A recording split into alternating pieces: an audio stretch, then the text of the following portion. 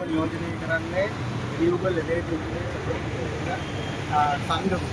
අපිටම ලංකාව සාමාන්‍යයෙන් ඉතා සතුටුතර ආයතනයි.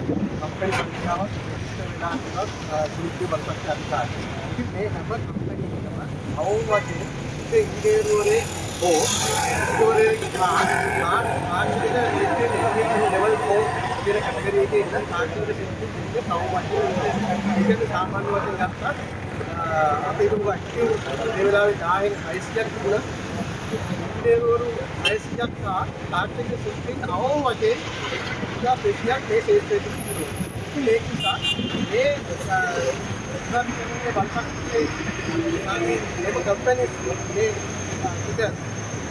විදියට ගියොත් අඩපණ වෙනවා. මේ අඩපණ වුණාට පස්සේ අපේ නගරවලට ඉංජිනේරුවෝ වගේම තාක්ෂණික නිලධාරීන් ඒ වගේම තාක්ෂණික ශිල්පීන් මේ අයගේ රැකියාවලට ඉතා විහිසුණු තත්ත්වයක් තමයි අද ඇති වෙන්නේ. ඒක නිසා මේ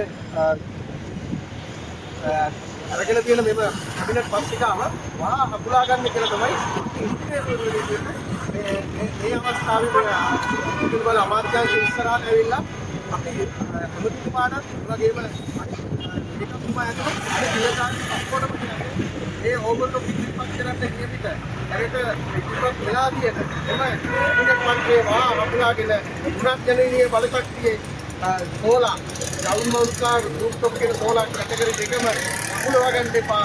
ඒක නිසා අපේ ඉංජිනේරු ශාස්ත්‍රයට ලොකු හානියක් සිදු වෙනවා ඉස්සරහට.